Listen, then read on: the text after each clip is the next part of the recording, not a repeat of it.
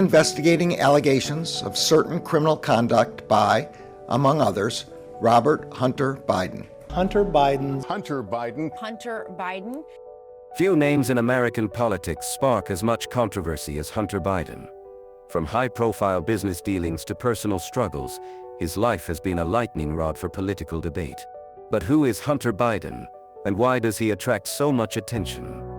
Let's dive into the story.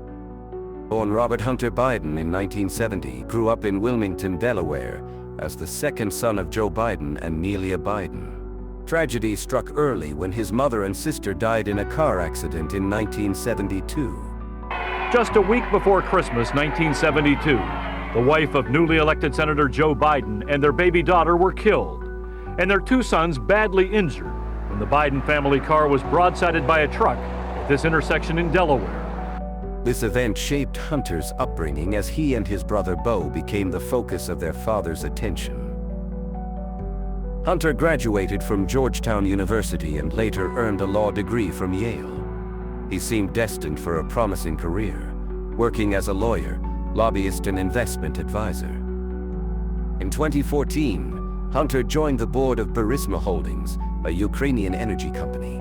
This raised eyebrows because his father, Joe Biden, was then vice president and deeply involved in U.S.-Ukraine relations. Critics argued that Hunter's role created a conflict of interest. The story fueled conspiracy theories and political attacks. House Republicans have uncovered serious and credible allegations into President Biden's conduct. Biden used his official office to coordinate with Hunter Biden's business partners about Hunter's role in Burisma. In 2020, a laptop allegedly belonging to Hunter became a focal point of controversy. By the way, whatever happened to Hunter? Where the hell is he?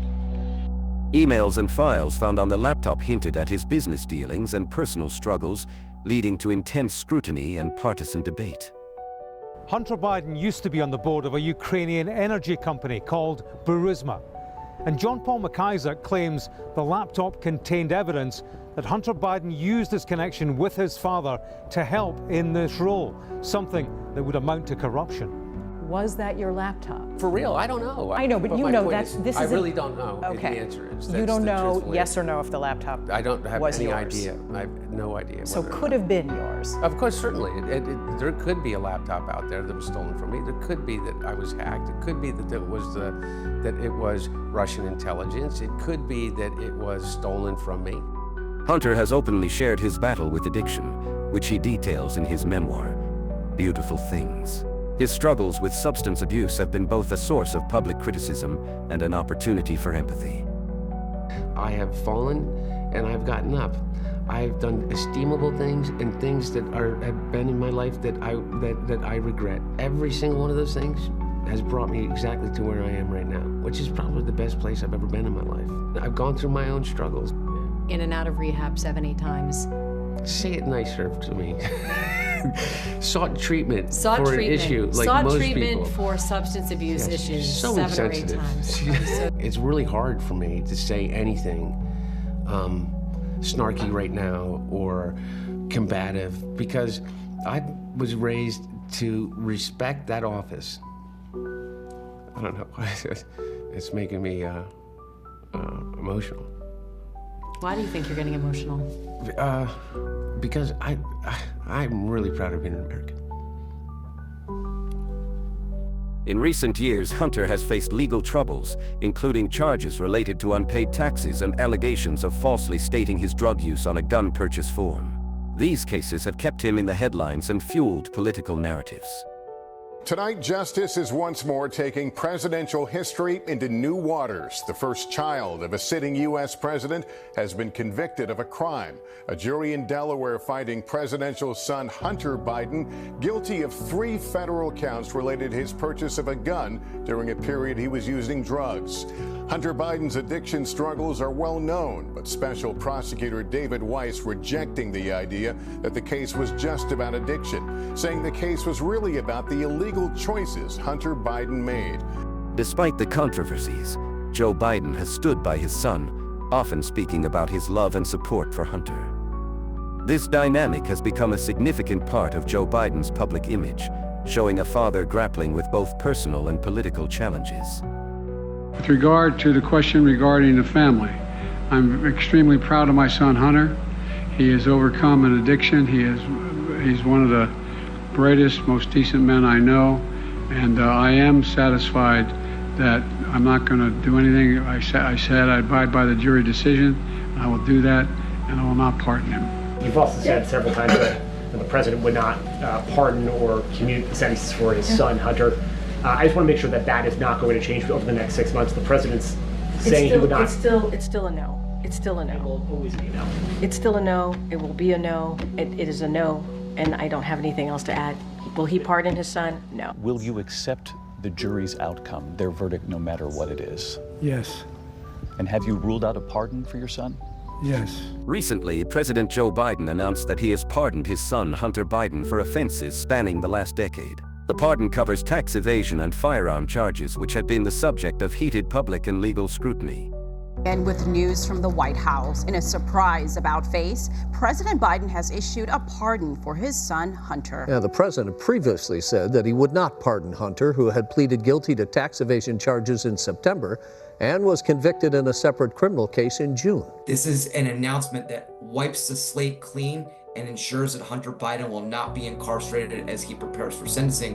What's really notable here is this is an action that the White House had repeatedly said over the course of many weeks that the president did not intend to take. However, in a statement that he has issued, President Biden has said that in looking at the facts of the case, he had concluded that Hunter Biden was singled out in, quote, a miscarriage of justice and was prosecuted because he was the president's son. So he has determined that the cases were unfair and that Hunter Biden deserved credit for having turned his life around in the year since the conduct occurred. And so it's really notable that he's taking this action now to really help his son, benefit his son, and undo two separate criminal cases that have really shattered his son for the last several years. This unprecedented move has sparked a national debate.